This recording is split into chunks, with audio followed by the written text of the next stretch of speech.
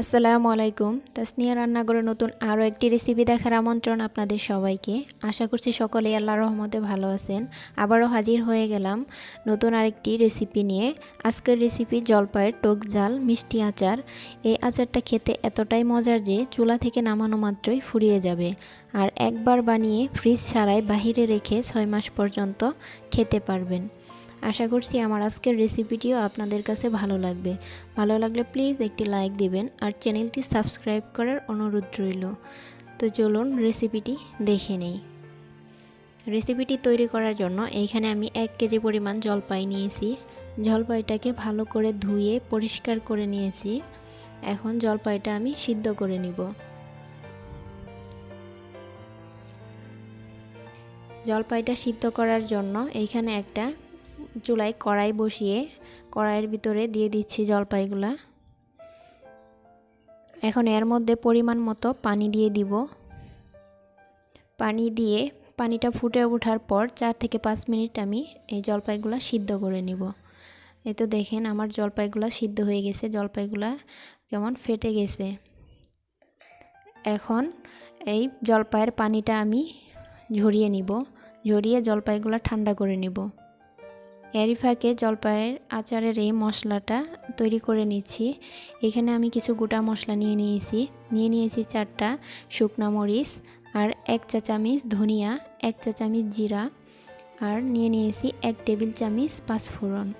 এগুলাকে এখন শুকনো খোলায় টেলে নিব। তার জন্য চুলায় একটা প্যান বসিয়ে এর মধ্যে প্রথমে আমি মরিচগুলা দিয়ে দিচ্ছি, দিয়ে মরিচটা প্রথমে একটু ভেজে নিব। মরিচটা ভাজা হয়ে গেছে, এখন বাকি মশলাগুলোও দিয়ে চুলার আঁচ লোতে রেখে আমি ভেজে নিচ্ছি।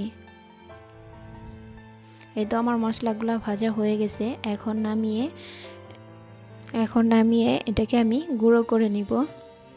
এই তো গুঁড়ো করা হয়ে গেছে, এখন এটাকে এক সাইডে রেখে দিচ্ছি। আর এরই ফাঁকে আমার জলপাইগুলো ঠান্ডা হয়ে গেছে। এখন জলপাইগুলো হাত দিয়ে আমি চটকে নিব। তার জন্য এখানে একটা বড় বাটি নিয়ে নিচ্ছি। এখন বাটির মধ্যে কিছু জলপাই নিয়ে হাত দিয়ে আমি এইভাবে ম্যাশ করে নিচ্ছি।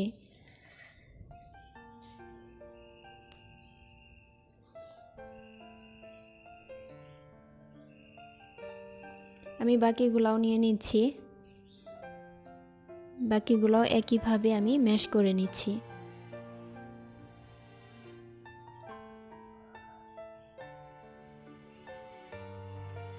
তো আমার মাখানো হয়ে গেছে। এখন চুলায় একটা প্যান বসিয়ে প্যানটাকে গরম করে নিয়েছি। এখন এর মধ্যে দিয়ে দিচ্ছি 1 কাপ পরিমাণ সরিষার তেল। এখন এর মধ্যে দিয়ে দিচ্ছি 2টা তেজপাতা আর 3টা শুকনা মরিচ আর 1 চা চামচ পাঁচফোড়ন। এগুলোকে এখন মিনিট খানিক আমি তেলের ভিতরে ভেজে নিব, যাতে করে এর গ্রানটা তেলের ভিতরে ছড়িয়ে যায়। এখন এর মধ্যে দিয়ে দিচ্ছি 1 টেবিল চামচ রসুন কুচি। আপনারা চাইলে বাটা রসুনটাও দিয়ে নিতে পারেন।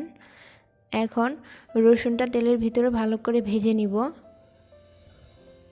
ভাজা হয়ে গেলে ম্যাশ করে রাখা জলপাইগুলো এখন এর ভিতরে দিয়ে দিচ্ছি।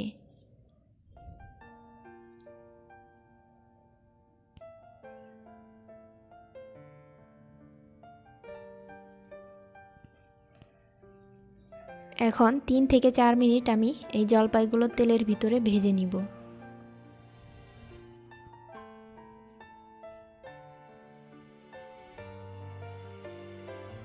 তো ভেজে নেওয়া হয়ে গেছে। এখন এর মধ্যে দিয়ে দিচ্ছি মেজারমেন্ট কাপের 2 কাপ পরিমাণ চিনি। চিনিটা আপনারা আপনাদের স্বাদ অনুযায়ী দিয়ে নেবেন।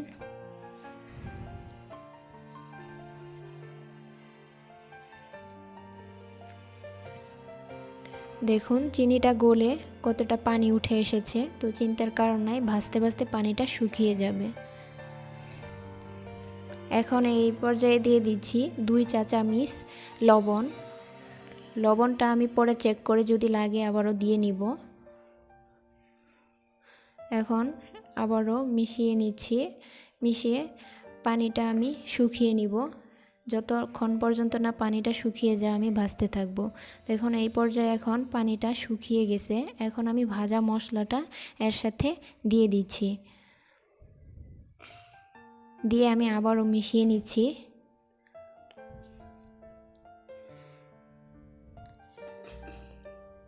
এখন এর মধ্যে দিয়ে দিব 2 টেবিল চামচ ভিনেগার।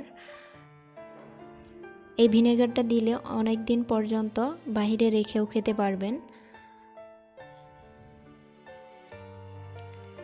এখন আবারও নেড়েচেড়ে ভালো করে মিশিয়ে ভেজে নিব।